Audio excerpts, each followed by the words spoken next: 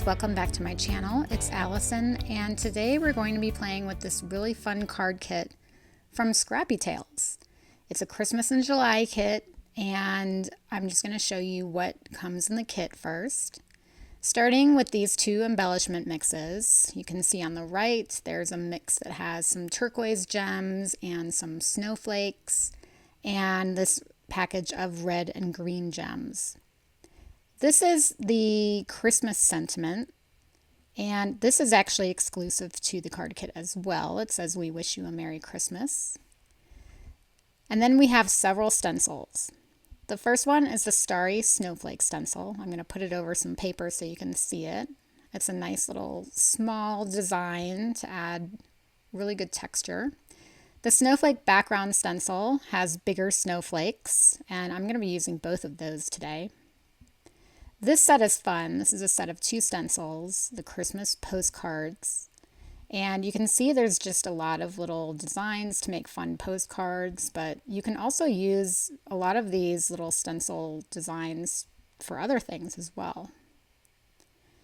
This is a huge stamp set, the Christmas postcards and tags. And there's so many images on here where you can make little tags, and of course other images that you can do whatever with. And then there's a matching die set, and again the tags cut out the hole for the images in the stamp set. This is the A7 tree silhouettes die set, and you can see there's two size trees. There's some presents, and then this little die cuts out kind of a snowy layer. This is the A7 retro Christmas tree set. And again, this has two different size trees, and there's some dies to cut some garland and dies for the lights, and there's some stars. Really fun set. This is the Ornament Base set, and I did not use this today, but you should definitely go check it out on the Scrappy Tails website. This creates 3D ornaments, and you can use the trees that I showed you, the tree dies, to do that. This is a really fun paper pad, and I'm going to just quickly flip through to show you all the designs. I believe there's 4 of each design in this pad. And the paper is kind of glossy, which I love.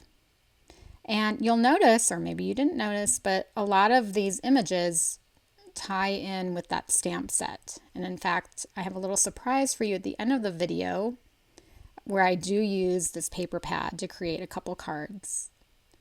So definitely stay tuned for that. So now we're going to jump into making a card. I have my 6x6 waffle flower grip mat, and I have an A2 piece of white cardstock, and I'm just going to add some anti-static powder to this because we are going to be using embossing powder, or embossing powder and embossing ink. So I have a really juicy pad of ink here, and I have this Tim Holtz blending tool with a dome foam pad on there. So what I'm going to be doing is just pouncing this ink into the openings of this stencil. Now, because it's a snowflake stencil, there's a lot of delicate edges to the design, and that's why I decided to pounce. Also, I could have used pixie spray to keep the entire stencil down to the paper and use like a regular blending tool, but I don't have a blending tool dedicated to embossing ink, so I've had these dome foams in my drawer for a while, and I decided this was the perfect time to try to use them. So we're done with that part, and now we're going to add some white embossing powder. And we're doing this because we're going to be doing an emboss resist technique today. So I'm going to finish up adding all the powder, and then I can heat this up with my heat gun. And once we're done with that, we're ready to ink blend. I'm using Distress Oxides, and you'll see I came in kind of hot and heavy to that paper. I wouldn't normally do that, but these are Distress Oxides, and I'm using some Bristol Smooth paper, so both are very forgiving, and I don't need to worry about having harsh marks when I'm ink blending with the pair of those products. So the colors I'm using today are Evergreen Bow is the green color. Then the medium color that I'm using right now is Mermaid Lagoon. And then the darkest color is Uncharted Mariner. And you'll see that I will blend these colors together where they meet. But again, these are Distress Oxides, so they're just so easy to blend. They almost just blend themselves. So you'll see me coming in with this darkest color. Now you'll see me wiping my brush because I need to blend the darker and lighter blue colors, and I only have one blue brush. So I just wanted to get that darker color off there a little bit. Now I will eventually come in, and I think I forgot to film this, I will come in with some black Distress Oxide on top just to darken that top up a little bit. So that's why it looks darker when you'll see it. Now I'm coming in with that same towel and I'm wiping away the excess ink off the top of my embossing powder. And this is the emboss resist technique that I had mentioned before. The embossing ink resists the ink, so you can just wipe it off. So now I have the Starry Snowflake stencil, and I have this Snowfall grit paste from Holtz. And I have this kind of old metal spatula from my stash, and I'm just putting a little bit on the back of that spatula, and I'm just going to spread it right into the stencil. Now initially I only intended to put this in just a few random spots, but ultimately I kind of just put it everywhere. I knew the trees were going to be on the right hand side of my card, so I didn't really put much of this on that side. But you will see that I just kind of put it in a lot of places, a lot more places than I had intended. So you'll see what it looks like now. However, because I put this on Distress Oxides and Distress Oxides react with liquid or other mediums, they kind of get lost a little bit later. So now I have these silhouette trees. This is the large one, and I'm cutting that snowy layer out of the center of that. So you'll see what that looks like when you put it over a white layer, which I really love. And now I have the small tree, and I cut this die out. This is the Christmas sentiment again. I've cut that out of green glitter cardstock. And my thought was, I thought it would be cool to have a die cut inlay into this tree, but it would have been a lot easier if I had cut this into the large tree, and you'll see why, because it kind of cut this into a lot more pieces than I was anticipating. But I am going to persevere, and I'm going to make this work.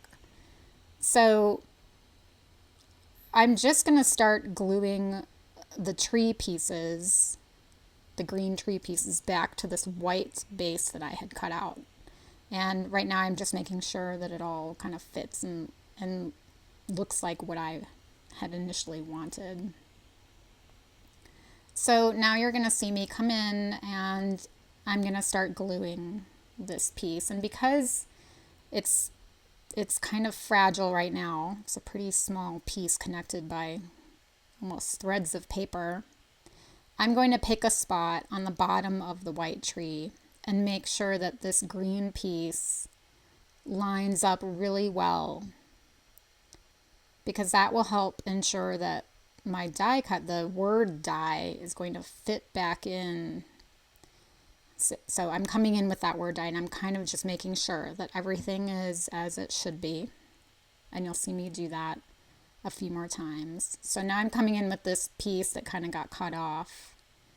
And I'm making sure that especially the A and the S in Christmas fits in. So now that those two pieces are on, I can glue my word die into the opening. And there's this one area between the E and the R in Mary that I don't want to glue down yet, because the E, again, there's this little fragile, little flappy piece there that could go wonky. So I'm just gluing down the little green piece that goes in between there. And now that I have that, now I can come in and start doing my die cut inlay. So I'm just going to be adding all those little pieces that had fallen out of the die cut. And I put the glue down on the white tree base.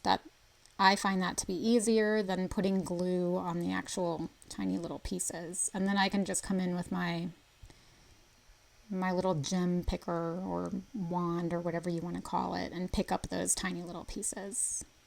So here's the last piece going in that was loose. The other pieces are still in that green word die that you see at the top. So I'm adding glue to the remaining white spaces, and now I can just take that die, lay it on top. I can take my little pokey tool and just push those pieces in. Now I'm going to do just a few at a time because I want to make sure that they're lining up, and I'll just push them in with my finger once they're down. And it's really easy. Now, it would have been easiest if all those pieces had stayed in the die to begin with, and then I wouldn't have had to, pick all those individual pieces up with my little wand before, but that's okay. It's all done. It turned out exactly the way I wanted. Maybe it took a little more time, but that's okay. So this was my original idea, and I decided that this snowy layer in that big tree was there's too much going on. So I did back that with the same green paper, and it still adds texture that I had originally wanted. You can see that up on the right.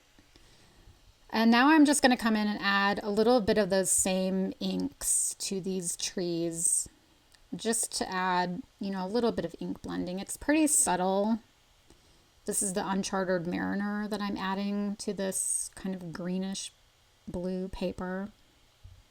So you can kind of see it. It's subtle, but it does add something.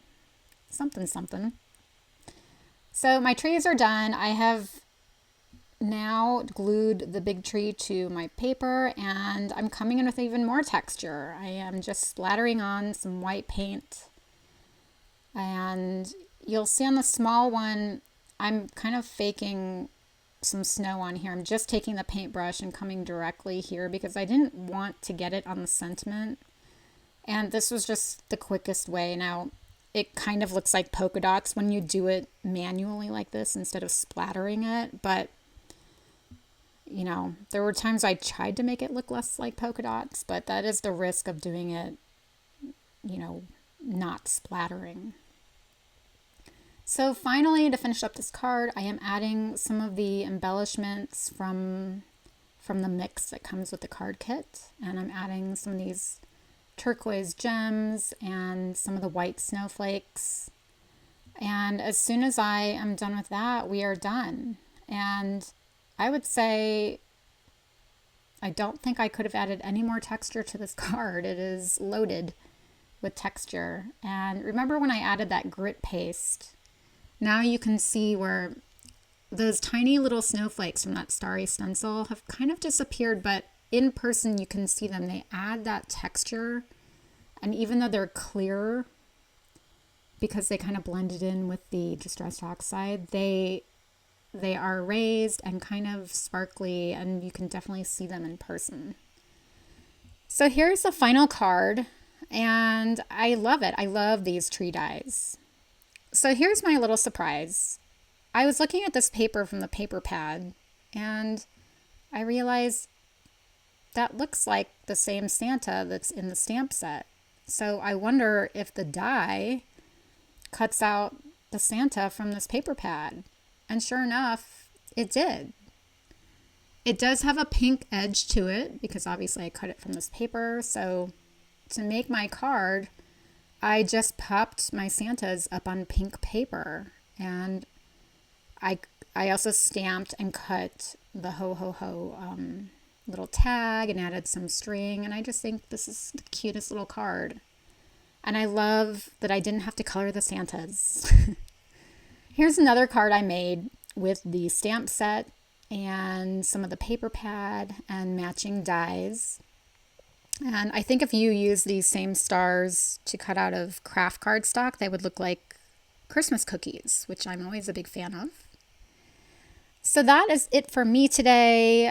This card kit, by the way, if you buy the whole card kit, I think you save 20% versus buying everything separately, which I didn't mention before, that these items are sold separately except for the few things that are exclusive to the kit. And I believe you get free shipping on the kit, which I think is pretty incredible. So I will have links below, and I thank you for joining me again today. I really appreciate you visiting my channel, and I will see you next time. Bye-bye.